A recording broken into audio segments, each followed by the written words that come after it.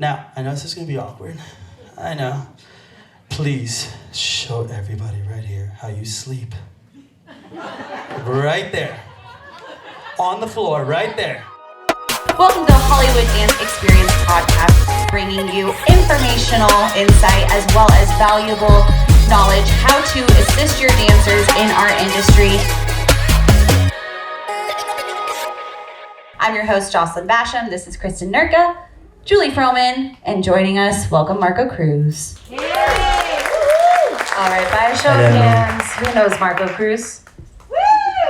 All right, by the end of this, all of our hands will be raised. He was my director, my second season working for Car and Rainbow. He's been in the business. He's been in the industry. He knows what he's talking about. So without further ado, here is your first question. Are you ready? I'm ready. Okay, good. Can you tell us more about True Dance Potential and its approach to conditioning and strengthening dancers? Yes. Okay, so most of you know me as competition director Marco, and some of you know me as hip hop teacher Marco. But one of the things that you don't know is when I was dancing professionally in the industry, I ended up getting really badly hurt. So when I got hurt, one of the biggest things that I ran into was going to multiple doctors and trying to figure out why I was still in pain, what I could do to get better. And almost every single one of them would tell me, yeah, it's because you're dancing. And dancing is what's hurting you. And they would tell me you won't dance anymore. So they were shutting me down. And it was, I think, 7 different doctors in a row in LA told me that my injuries to my body were so bad that I would not be able to go back to 100. And now imagine being 22 years old and in the supposed to be prime of your career, and then all of a sudden you're being told it's done. Everything that you've worked hard for, everything that you've done you're done. I obviously, as stubborn as I am, said there's no way that's it. So I was fortunate enough to end up working with a couple of individuals, specifically one that I followed true to my heart now. It's this Grace Institute of Functional Movement. And Dr. Gray is incredible. Every single one of you can look Dr. Gray up and look at all the things that he does to teach individuals about their body.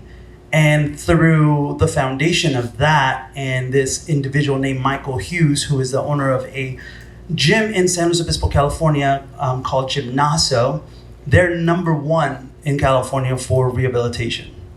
And so I was able to meet these 2 individuals and work with them to be able to get my body back into the shape that the doctors told me I would never be able to.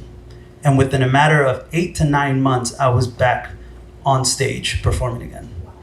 So I was curious, right? Why is it that I needed to have all these surgeries? Why is it that they told me that I needed to repair my meniscus, repair my hip, repair this, repair that? You need surgery, surgery, surgery, surgery. And these other 2 individuals who were like, no, everything you need to learn is in your posture. Everything that you need to learn is in your functional movement. Everything that you need to learn is about what every specific muscle was made to do and then how to reinforce it. And I was like, whoa, I love this approach. So when I started trying to get Dr. Gray or Michael to introduce this to dancers, there was a huge disconnect because they speak kinesiology, they speak anatomy, they speak movement, but they don't speak dance. And so to a dancer, which you all know, you either are a parent or a studio director now, you all know that dancers in our generation are a lot more quieter. They're easier to talk through text than they are to actually, talk to you. So when Michael came around and was trying to introduce this movement to the dance studios, it was horrible for them to be able to communicate. So then I would start doing the classes with him. In the midst of that, then they would talk to me instead of him. Meanwhile, I knew nothing. All I knew is what I had gone through. And through my experience, we were able to kind of bridge the gap a little bit. And so then I told Michael, I said, in reality, how long do you think it'll take me to learn this? And he said, you'll never stop learning. He said, every single day you evolve and you'll continue to learn this stuff. So, this is like maybe, 13 years ago, I began True Dance Potential. I went back to school. I decided to focus on learning realistically what he was talking about when every single one of these muscles has a specific skill set that it needs to do and how you need to reinforce it in order to be able to train your body to do the things that you want it to do. And in doing so, I kid you not, it's like I woke up from this specific thing. And now I'm not trying to shut down what dance does, because what you all do and what we do is incredible. However, understanding what every single one of these muscles is supposed to do is very important. Because if we don't, it's almost as if like our dancers are starting to feel certain pains in our hips and your knees and your ankles, and they're only 12 years old. And why is that happening? Right? So we need to figure out why is that happening, and we need to figure out what. So in the midst of all that, I don't want to like ramble on, and I just wanted to give you a little bit of an understanding as to why I started True Dance Potential, who I am, and my background. So strengthening and conditioning for dancers is very important, but I need you all to understand one thing, and we're going to do this together. And I kind of want the parents to kind of do it. Can I do this? Okay. So every single one of you has a little piece of paper, right? And a notebook and a pad. All right. So now I want you to all pretend that you are the dancer. You're not the parent. You're the dancer. So now, on top of that piece of paper, I want you to write down, in a matter of 1 week, how many hours does your dancer dance? Just give me that. In a matter of 1 week. And you can hit me with 50, 60, 30, 40, 10, 12, 4 hours. It doesn't matter. Just write it on the top of that paper. This is going to be really good. I promise. You might not have tears, but your mind will definitely be going, whoa. Okay, you got that number? Cool. Actually, Julie, I have this. I'm going to give you this because I want you to do it, and I'm going to use you as an example. Ta-da. Okay, so now that you have that big number, right, I want you to now write underneath it 24 hours. And under 24 hours, you're going to write sit. Underneath that, you're going to write sleep. Underneath that, you're going to write stand. And I'm just going to pick on those three. And then the one that I want you to kind of keep in mind, I don't want you to write it down, but I want you to keep in mind is cell phone. Just want you to keep in mind on that. Cool? Everybody's already like, You already know where I'm going with it, right? Okay, so now you are the dancer. Remember this, you're not the parent. I want you to write down now, within those 24 hours, which is in just one day, how many hours do they sleep? How many hours do they sit? And how many hours do they stand? Now, most of you are like, wait, stand? How am I supposed to know that? On an average, a 12 to 14-year-old stands 2 to 3 hours a day. So keep that in mind. Do you want to do 2? Do you want to do 3? And if you don't think that they stand, trust me, when you brush your teeth, you're standing. When you're talking to them, they're standing. When they're going across the floor and the teacher is explaining something, they're standing. When they're in front of their locker, they're standing. And all those minutes add up. Cool? We have it down. It's like a test, right? Do we kind of have that down? An idea? Should I kind of go over it again, or we're good? We're good. Okay. So now, add up those numbers. We should be in somewhere around like the 16s, the 17s. Correct? Are we there? Okay, so this is the funniest part, is how do your dancers act? What are they doing during those 17 hours? And how is that, and why is that important? How does that even affect dance? Okay, let's say Julie wrote down our numbers, right? I've seen Julie already just today, and this is the reason why I wanted to sit next to her, is because I was going to observe her all day during the podcast to see how she's sitting. And for the most part, Julie does this. And this is the side that she loves to go up. And if you don't realize it, this is the side that the hip is going up and this hip is going down. That is called a functional pattern. But it's dysfunctional because the hips are uneven. Are we kind of starting to understand this a little bit?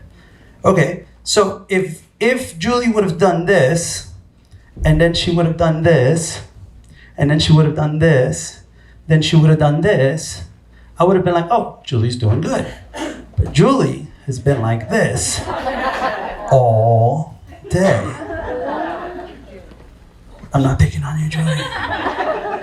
Do we see that? And don't worry, I watched you too as well, but I'm not gonna pick on you too. But right, as you notice that you normally lean to the left today, right? Are we kind of understanding? Yeah? Okay, so there's a functional pattern that your body has already adapted to and your body already knows, right? That is why when you get in your car, you lean a certain way already. That is why when you sleep, you like to lean to your comfy zone. But it's like your body is already starting to shape to that. And why is that important? Okay, so I'm gonna grab this, Julie, really quick. So now we know what Julie likes to do when she's sitting. So imagine if she's doing that for 6 hours. Are we understanding that the right hip is above the left?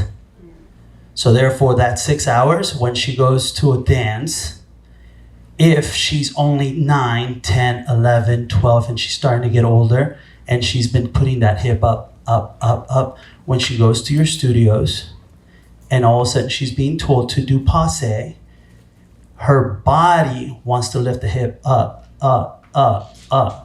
Her brain's telling her to push it down, down, but which one's gonna be the one that actually executes? Up, muscle memory. Are we kind of understanding that? So therefore, sometimes we're getting frustrated with like, okay, like the turns are not coming, because everything is so demanding, right? Like, especially nowadays, if you don't do 3 pirouettes, it's like, what's happening, right? Right? When in my era, if you could do 3, you were like a unicorn. Like, you were like the best turner in the studio. You know what I mean? You wanted to drink the sweat of that individual to like be able to see what you needed. You get what I'm saying? Yeah? Okay, so this is kind of where I'm going with. So we know how she sits. Now, I know this is going to be awkward. I know. Please show everybody right here how you sleep.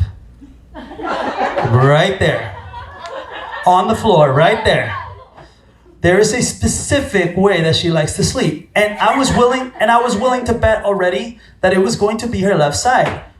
I was willing to bet already because of the right hip going up. So therefore, it's so much easier for her to sleep like this because this is what it's used to. Now, ready? Can you stand, Julie? Now, Julie, which hip do you like to lean to when you're standing? Wham! Crazy, right? So we already know that when she sits, she puts the right hip up. When she's standing, which every single one of you stands, you choose one hip, no matter what. And then when she sleeps, she likes to go, once again, that right hip. Now, that doesn't mean that your dancers will not become incredible technicians, but down the road, the wear and tear of the body, it's supposed to be even. Now, let's say you're actually really focusing on your dancer to be able to do incredible turns to the right. And then there's no turns to the left. There's going to be a muscle imbalance on their back.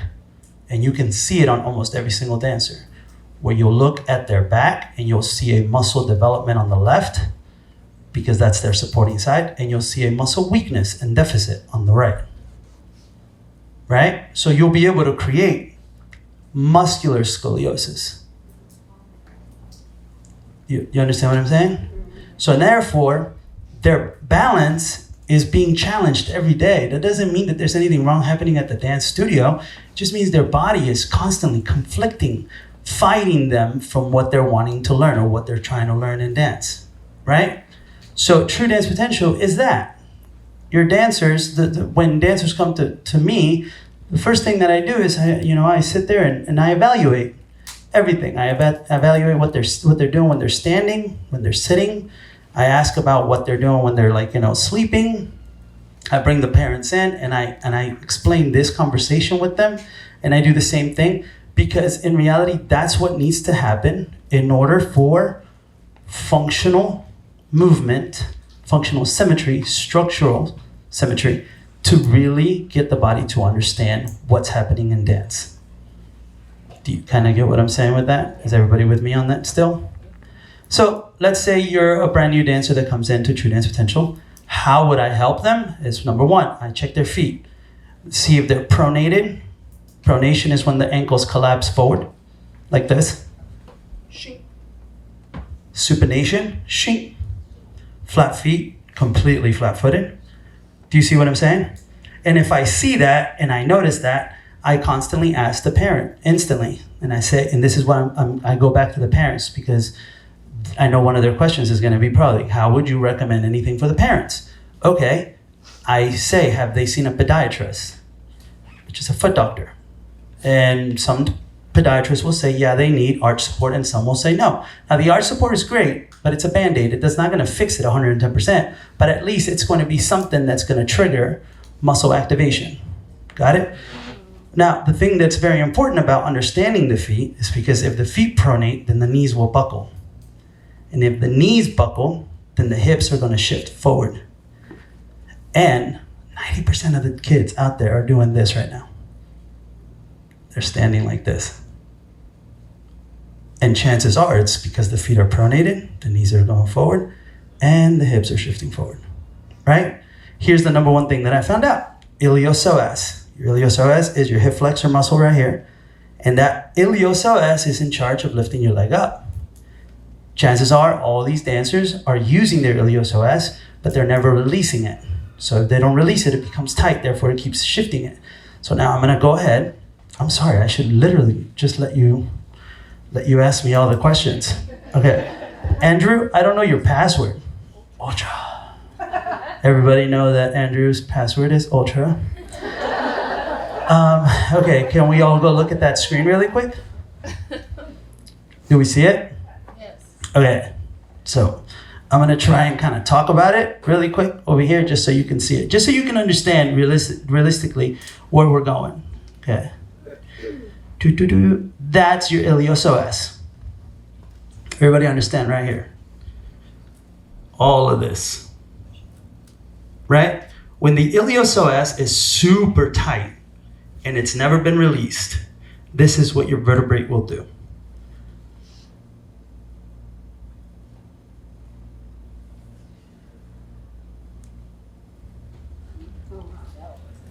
So now, if the vertebrae starts to do that, and the dancer wants to connect passe, the knee will not lift up.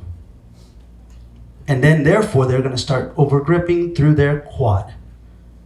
And then they'll start pinching forward like this, right? So now, as educators, you will fix this, and I know that you'll drill it.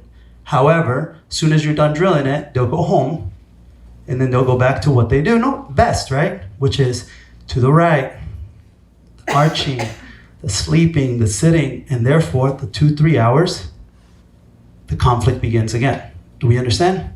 Now I want to show you to you from the back. Actually, from the front to see what the aftermath happens from this. So if you see the iliopsoas is pulling, the iliopsoas is going to pull forward, and you're going to see that the arrows are going to show you that and demonstrate that. Now we're going to look at it from a front view. Hopefully the Wi-Fi is there. There you go. Now that you see, remember how I said the quad? That's your femur and femoris, and from there it's gonna start pulling everything forward, and when it shifts forward, the knees are gonna wanna buckle. When that happens, if you look at it from the back, you have your quadrums, boom, your lumbrums right here, and you see that? So now there's a pinch here. Now imagine if you are a dancer that constantly tracks, or if your dancer constantly practices turns at home and only does their practice on the right. Now this muscle right here is super enlarged and big, and this one is not as big, but they're constantly being contracted together because their back is like this. Are we kind of understanding that? Now let's look at it from a muscular way. Muscular is the yellow that you're gonna see. And now let's say when they're doing their pirouettes, they're doing their turn. This is what it's supposed to look like in their abdomen. Can we agree that that looks completely straight? Yes? Now let's see if that iliopsoas is super activated, what's gonna happen? Super tight. Do we see that? Kinda. Now, I wish I had a dancer in here because then I could show you what I would do to fix it, because it's super simple. Releasing the iliopsoas is going to go ahead and shift everything back, and strengthening the ankle, strengthening the knee, traction is going to go ahead and reinforce the technique that you want to teach in your studios. Does that kind of make sense? Everybody with me still? I don't want to lose you. I know it's a lot, and I'm like, what? This guy's talking a lot. But I wanted to go ahead and say all these things so that you guys can understand, as we talk about conditioning and strength and all that stuff, that we understand that it's not just about fitness. It's about really trying to understand what your individual kid is going through. Because Susie, Lauren, and Katie, all three are going to be doing completely different things. However, when they're in dance, they're all trying to execute the same thing. But their bodies are developing different, right? And their patterns are different. And what they do every day is different. Do we kind of understand that? Cool. I'll just open it up for a question. Well, what would you say if you had to choose one principle that you think that these parents should start instilling and really working on with their kid? If you had to choose one, obviously there's a multitude that you could choose from, but one key skill that really can make that difference. Posture. That's what I would start with. Posture, almost. And the reason why I'm saying posture is because the other two individual artists that I actually got to hear from the podcast, which were Robert Green and Kaylee Carr, they already talked on the number one that's very important, which is the mind. They already touched on that. So if that's two artists that are saying that, now I'm saying it too, that's three. We should definitely be understanding that. Self-negative talk and all that stuff is like, it's big, it's happening. So if you can go ahead and reinforce this, everything's gonna be good. So what you all can do to help with this is posture. If you see that your kids' feet are completely buckled out, like that's a thing, that's a problem. That's a dysfunction. Like now, all of you are not, I'm not saying that you all need to like go home and be like, let me see your feet, take off your socks.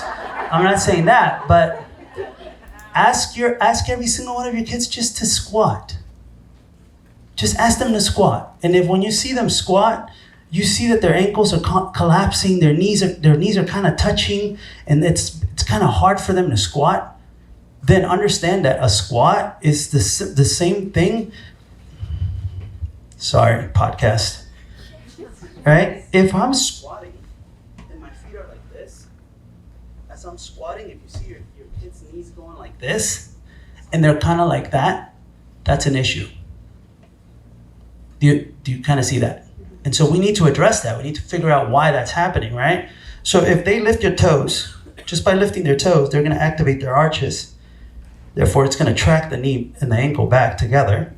And then if they squat, if the knees are tracking where their feet are, and they start to have more range of motion, then that's getting better. So feet are very important. Hips, very important. And the reason why you all wrote phone in there was because this is happening. Raise your hands. How many of you notice already your kid going like this? Right?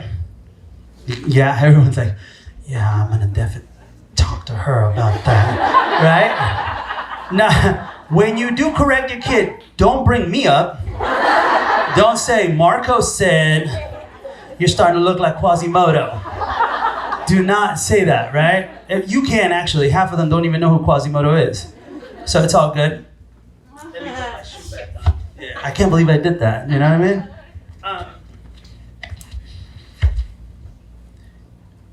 You have kyphosis, you have lordosis, and you have scoliosis. So those are actual three dysfunctions in the body. If your dancer has one of them, then obviously something is going to be causing a conflict as they're learning dance, right? If you look at our Instagram, for those of you parents that are like, I really want my dancer to do better turns. I want you to look at if you look at our Instagram, you scroll, you'll see an 8-year-old, maybe working with us for about 2-3 weeks, and we'll post a picture of them, and then scroll to the top, and it'll be the same 8-year-old, and all of a sudden their alignment is like completely straight. Now, she might not do the 5, 7, 12 pirouettes yet, But all of a sudden, her alignment and her passe is like straight. And then all of a sudden, the turns just become simple to her, because this whole time you have been doing the right thing and training how to do the pirouette. However, the muscles weren't understanding it. And all of a sudden, when the muscles understand it, ta-da! It's like night and day. And then they find their center, they understand it, and go. Posture. That's just to go back to our question. Posture. Cool? Was there anything else that you wanted to touch on display-wise that you wanted to explain to us? No, I just wanted to, I mean, do you guys want to see what can happen with kyphosis really quick? Yeah. Yes? Okay, so that's, Lord does this, pa-pa, right? And super awkward because I'm giving you my back. Oh, thanks. Kyphosis.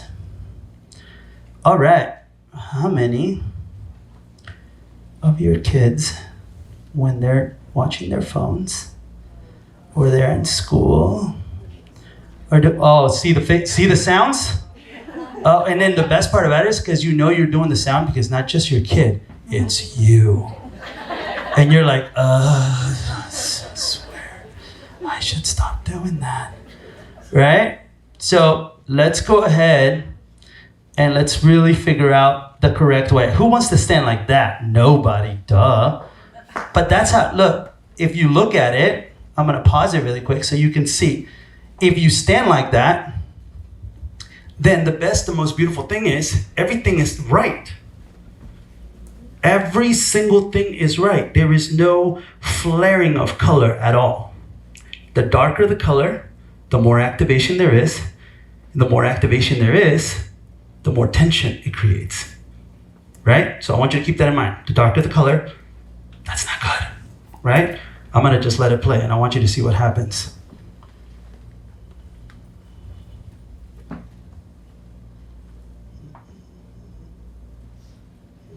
Oh, look, Julie. Oh, sorry, you can't see it. Sorry, my bad. So all of these are great things. Have we seen any coloring, anything like that? No. Have you noticed that the formation hasn't changed? The alignment is still good, right? Now, boom, here we go. Let's see what happens. If we can correct it by putting a pillow there, we can do all these things, but let's get to the fun stuff. Let's see what happens. You see that spine? Let's go through it.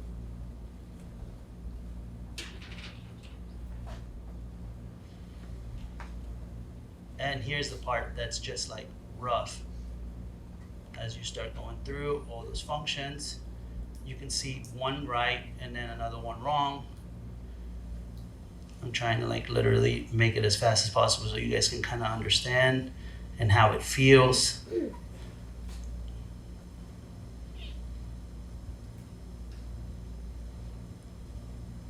The core, remember the yellow is core, engagement, muscle. What happens, the tension. We got that, right? Yes? Okay, so now let's look at the disfiguration. Boom, boom, boom, boom.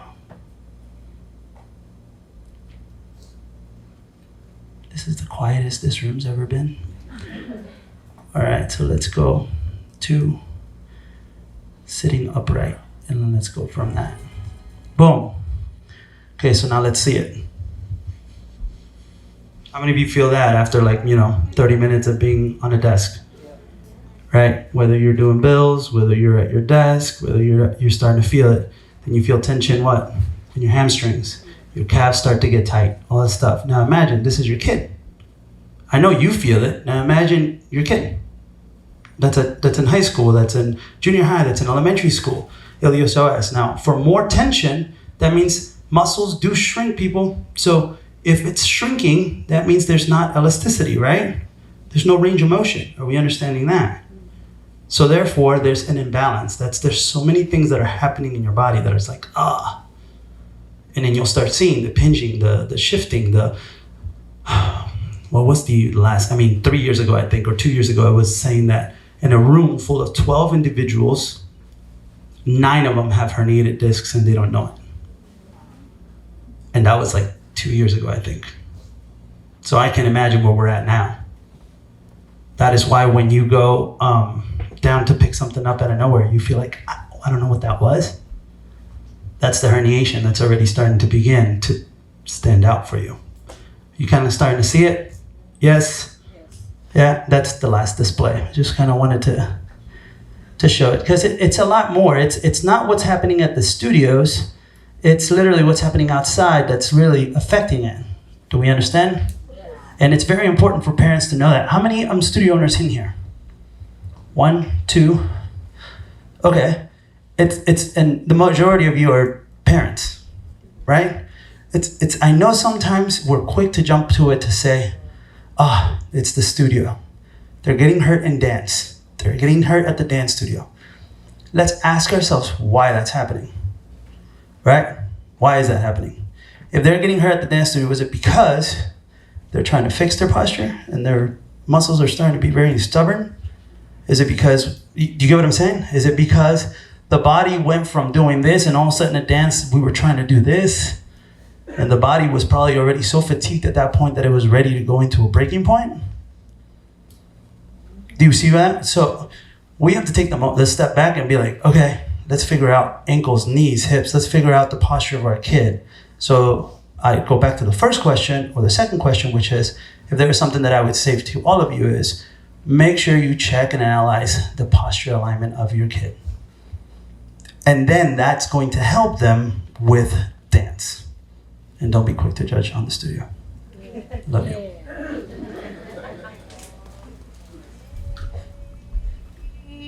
There we go. I'm just going to keep going. Okay, we're going to go ahead and open the floor if anyone has a couple questions for him. Obviously, every dancer is individual, but I'm sure. Oh, yeah. Oh, wow. Sure. Okay. You want to just call him off? Yeah. Let's just, I have a 15-year-old, and I talk about posture all the time. Because I just noticed her resting is just lean back. And I know that she last year was able to do scorpion, not so much this year.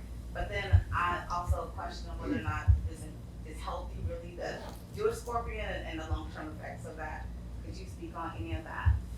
Yeah. Okay. So she arches her back. She already naturally arches her back, and she's flexible on that. Yeah. Correct? Okay. So for anyone asking, like, okay, so is it okay for my kid to do the scorpion? Is it okay for my kid to do the aerial? Is it okay for and how often and all that stuff? All I'm saying is, if the kid is constantly only repeating the same movement over and over and over, and there is nothing that's happening that's training the muscle to do that, then there's something wrong and you got to stop. So, for example, she wants to do the scorpion and she arches. So instead of doing that, strengthen the core. Focus on the alignment of the core. Strengthen the back. And then create mobility training to her lower back and her upper body, because her shoulders need to have that. And in doing that, then cut down the amount of scorpions that she's going to do and do more training, and then pick one day out of the week where that's going to be when she selects to really focus on the execution of the scorpion. And the other days are going to be the days where she trains the muscle to do the scorpion. Does that kind of make sense? I mean, she's done scorpion for some years now, but now, I don't know if it's because of her posture, she's having more aches or pains. How old is she? She's 15. And you noticed from 14 to 15, you're starting to see the difference? Did you notice the difference from 13 to 14 as well? So from 12 to 14, that's when you're going to notice the biggest difference. One, because female dancer, around 14, 15, they're done growing, right? And then from 12 to 14, you're going to start seeing the different changes in their bodies really quick. Yeah? So as that starts to happen, there's going to be new adjustments that the muscle has to do, that the body has to do. And as it's adjusting, how is it adjusting? That's the question that you need to kind of like address. But if she's always been able to do it, if there's tightness already now in the hamstring, in the iliopsoas, in the quad, in the disc, then that an analysis to go break that down would be very important. I hope that helps. I know there's other people raising their hands. Yeah. I'm active duty retired, and when I was in the military, we used dancers that like move or have the standing desks. And I'm just wondering, are any of those beneficial to our dancers?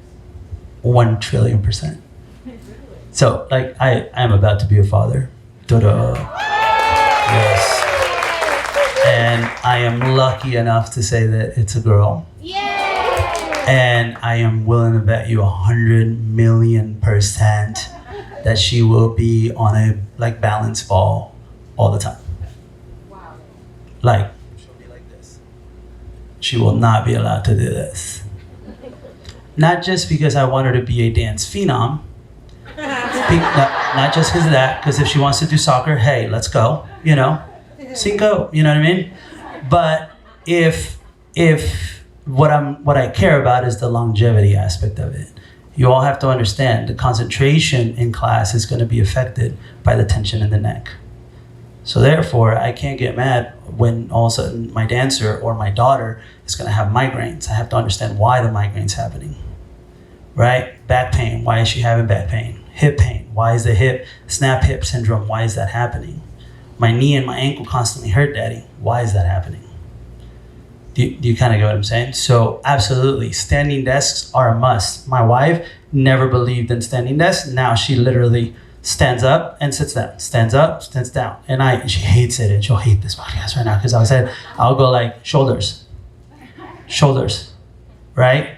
And it's just something that's so simple. I say it. She runs the social media aspect of the studio. So when I see her like this, I go, you're going to develop this bump on the back of your head, right here on the back of your neck. Sorry, you're gonna develop it. She doesn't believe me. All of a sudden, she's like, oh my gosh, and now she's like, okay, here we go. You see what I mean? Like it's just happened. So yes, standing desks, the actual yoga balls, all of that, very helpful. One more. Go for it. Do I recommend a chiropractor? It's a very good question. Yeah, okay. Yes. Do your research. Okay, I want you to listen. I am not, just because I started the conversation with, I was hurt and doctors told me no, just because 7 told me no, that doesn't mean that there are only 7 in the world and they're so bad. We need that. We need physicians, we need surgeons, we need all that. So I'm not bashing on that. What I'm saying is, if you're going to take your kid to a physical therapy or a chiropractor, make sure that you pay attention to who they are. Do your research. Like, you just need to do that. If you go in, here's one of the things that I would suggest. If you go in to see a chiropractor and your session is 10 minutes long, and you go in and all they do is they talk about what just happened and they go click, click, click, click, see you next week, don't come back next week. It should be like, hey, let's come in. What was the issue? Where's the pain? Why did that happen? Got it. You got hurt doing what? Okay, you feel this pain constantly? Okay, let's go ahead and do a little bit of stem therapy. Let's go ahead and do muscle activation. After we do muscle activation, let's go ahead and do a little screening of it to see where the tension really is. Because if the tension is on the left side, then that means that we have to go ahead and release that left side and we have to strengthen the right side. Now let's come up with an actual workout regimen for you that will help you do that. And because you're here, this is your workout regimen. Now I'm going to recommend you to this incredible physical therapist who's going to help you with this. Once you figure this out, then I'll adjust you. Ta-da. What a great chiropractor. You kind of get what I'm saying? Now, if there's a chiropractor in here, I love you. I'm not really hating on anything like that. Listen, all I'm saying is that realistically, that's how y'all, if there's a chiropractor in here, and then anyone that's listening, that's how you can help us dancers who really want to learn how to communicate with you without just constantly popping every 10 minutes. You understand? Because if it just pops, that means that it's going to pop back out. And it's going to pop, and it's going to pop back out. And it's just going to be a wear and tear of the body like that. And when it's really going to get fixed? How many of you go to a chiropractor and get adjusted? Once or twice a week? Once a week? Once every 2 weeks? You don't get adjusted. Oh, I love it. Then go to that chiropractor. Right? Never. Love it. Right? But you go to some, right? So it's a good thing. And when you go to your physical therapist, Last thing, I know I'm already running out of time. If you go to a physical therapist, make sure that you do your research on it. Is it a sports physical therapist that will understand like jumping, landing, pushing, everything? Because if you just go to like for example, I'm not trying to say, but if you take your kid to your parents' physical therapist, sit, stand, walk. Dancers move in 360 degrees. We move in so many different patterns. Do you understand that? Kind of. So I would suggest just do your research and then make sure that your dancers know specifically how to warm up. I should have touched more on that. Know how they warm up. Like I know a lot of them, especially just watching the beginning of classes, they literally went 1, 2, 3, they were jumping around and then they went straight into like lunges and splits. Even though their body knows how to do that, doesn't mean their body was ready for that. So know how to warm up. And then you can find me, because I know that you're gonna ask me that. You can find me on True Dance Potential. That's my Instagram, at True Dance Potential. All together. And I run the Instagram, so you can ask me any questions on that. You can say, hey, I was the parent, I was the teacher, I was at HDE, and I have this one specific question that I just didn't have time to answer or whatever. Or, hey, can you send me the best warm-up regimen for my kid, or for my studio? I would do that for you, 100%. Like, I would literally do that for you. Just because you're here at HDE. I know, crazy, right? But you have to say that. You have to say, hey, I met you at HDE. Or else you don't get it. You're going to get charged $500 just for talking to me. Love you. You have to say it like that, and then I'll be able to design something for you specifically. But remember, it's more than that. You have to really analyze every single kid. 8 to 11, 9 to 12, all those, every age group that you have in your studio, they all have a certain pattern that they have to follow. So that is why you have to train them all uniquely. Yeah? Yes. Yeah.